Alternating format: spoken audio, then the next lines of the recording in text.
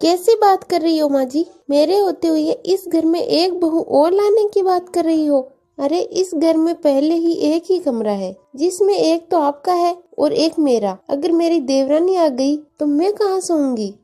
अरे बहू, तुम ये कैसी बात कर रही हो? हम गरीब है तो हमें गरीबों के हिसाब से चलना चाहिए। हमारे पास जितना है उतना में ही बरतना होगा, लेकिन इसके चलते हमारे बेटे को हम कुंवारा तो नहीं छोड़ सकते ना। ये तो माँ जी मेरी शादी करने से पहले सोचना चाहिए था ना। इस घर में आई हूँ तब से ये ड्रामे चल रहे हैं। इससे अच्छा तो मैं अपने मायके में रहती तो ही अच्छा रहता। पूर्वी इतना बोलकर घर के काम करने लगती है। उसे गुस्से में काम करते देख उसकी सास भी उसके काम में मदद करने लगी, जिसके चलते पूर्वी थोड़ी सी शांत हो जाती है। कुछ दिनों में विकास की शादी हो जाती है, जिसके चलते पूनम को घर ले आता है। आओ छोटी बहू, अंदर आओ। हमारे इस गरीब घर में आपका स्वागत है। नीलम अपनी छोटी बहू का गृह प्रवेश कर उसे घर के कमरे में ले आती है, जहां अंदर आते ही नीलम की छोटी बहू पूर्वी उसी कमरे को चारों ओर से देखती है। ये देख उसकी सास नीलम उसे कहती है, क्या हुआ छोटी बहू, क्या देख रही हो? माँ जी मेरा कमरा बता दीजिए। शादी के रीति रिवाज में मैं बहुत थक गई हूँ, अब मैं आराम करना चाहती हूँ। बहू यही तेरा और तेरी जेठानी अनीता का कमरा है, तुम दोनों इसी कमरे में रहना। क्या माँ जी आप ये कैसी बातें कर रही हो? मेरी अभी अभी नई नई शादी हुई है और हम दोनों देवरानी जेठानी एक ही कमरे में कैसे रहेंगे? अरे कोई नहीं बेटा, गरीब है, थोड़ा बहुत तो सबको एडजस्ट करना होगा। चलो तुम आराम करो, थक गई हो, बाकी के काम हम देखते हैं।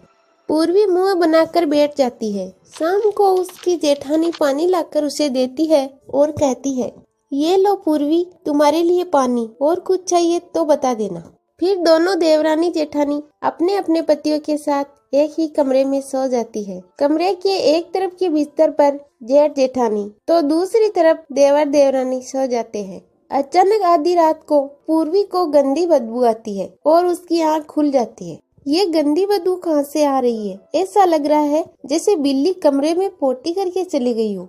वो इधर उधर देखती है लेकिन उसे कुछ नहीं दिखता। कुछ देर बाद उसकी जेठानी गैस छोड़ती है और जोर से गैस छोड़ती है। ओहो, ये सारा इन्हीं का खेल है। इन्होंने जरूर मूली के पराठे खाए होंगे। पराठे खाकर अब मेरा जीना मुश्किल कर दिया इन्होंने। ये जेठानी तो आइटम बम छोड़ने जा रही है, उन्हें जरा सी भी शर्म नहीं आ रही। हे भगवान, क्या क्या सोचा था मेरी सुहागरात ऐसी होगी। सुहागरात वाले दिन भी तो कुछ नहीं हो पाएगा, ऊपर से ये बदबूदार ये गैस और सूंघनी पड़ रही है। तभी जेठानी की आंख खुल जाती है और वो कहती है, अरे क्या हुआ देवरानी जी, तुम सोई नहीं? आप इतनी जहरीली गैस छोड़ रही हो, भला नींद कैसे आएगी? ऊपर से मच्छर ये कानों में आकर गीत गुनगुना रहे हैं। तुम तो जानती ही हो देवरानी जी, मैं प्रेग्नेंट हूँ और ऐसे में गैस होना आम बात है। चलो अब सो जाओ, सुबह जल्दी उठना है। देवरानी अपनी किस्मत को खोजती हुई सो जाती है। अगली सुबह पूर्वी की मुंह दिखाई की रस्म होती है। मोहल्ले की औरतें देखने आती है। बहू तो बिल्कुल चांद का टुकड़ा है। छोटी बहू, अब जैसे बड़ी बहू ने हमें खुशखबरी सुनाई है ना, वैसे तू भी सुना दे। क्या कहा खुशखबरी सुना दूं? शादी के पहले दिन से तो हम दोनों पति पत्नी अपनी जेठ जेठानी के कमरे में सो रहे हैं, ऊपर से नई खुशखबरी सुननी है। प्राइवेसी नाम की कोई चीज तो है ही नहीं। ऐसे ही कुछ दिन बीत जाते हैं।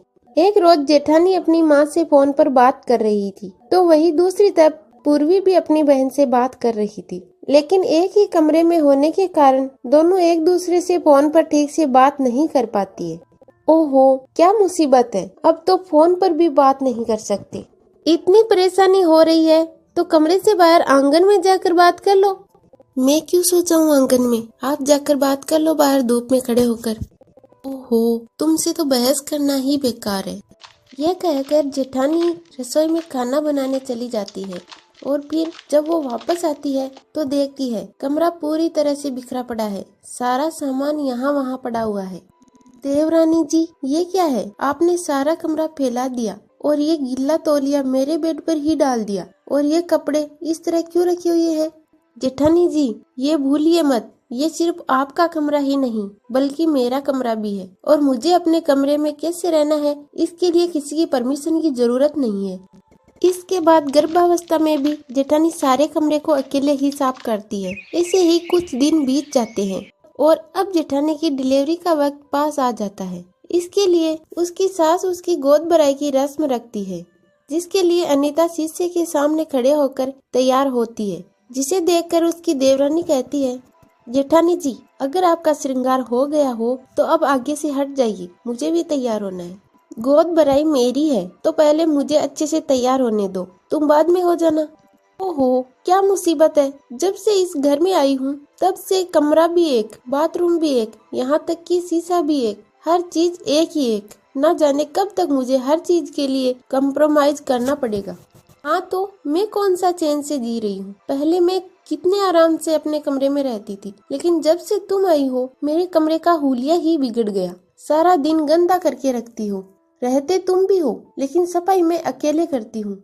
अच्छा तो ये सब आपका ही कमरा है? अरे मेरा भी उस पर उतना ही हक है जितना आपका। बातों ही बातों में दोनों की बहसबाजी इतनी बढ़ जाती है कि दोनों के बीच झगड़ा शुरू हो जाता है और इन सब के चलते अनीता को गलती से धक्का लग जाता है, जिसमें वो पेट के बल गिरने वाली होती है। तो उसका पति नरेश आ जाता है और उसे संभाल लेता है।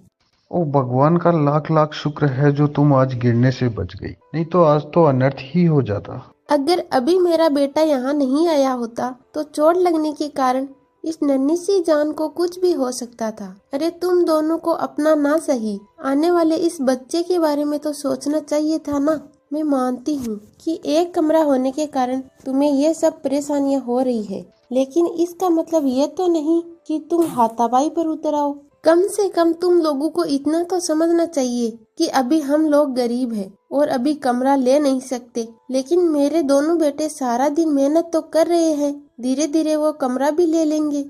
हमें माफ कर दीजिए माँ जी, हमसे गलती हो गई, अब हम ऐसा नहीं करेंगे। हाँ माँ जी। तभी बड़ा बेटा नरेश कहता है, आप सब चिंता मत कीजिए, हमने जमीन खरीद ली है और बहुत जल्द उसमें 3 कमरे भी बनवा देंगे। हाँ, हमने सोचा था घर बनने के बाद आप तीनों को सरप्राइज देंगे। आप लोग चिंता ना करें, अब हमारी परेशानी बहुत जल्द खत्म हो जाएगी। ये सुनकर तीनों सास बहू बहुत खुश होती है।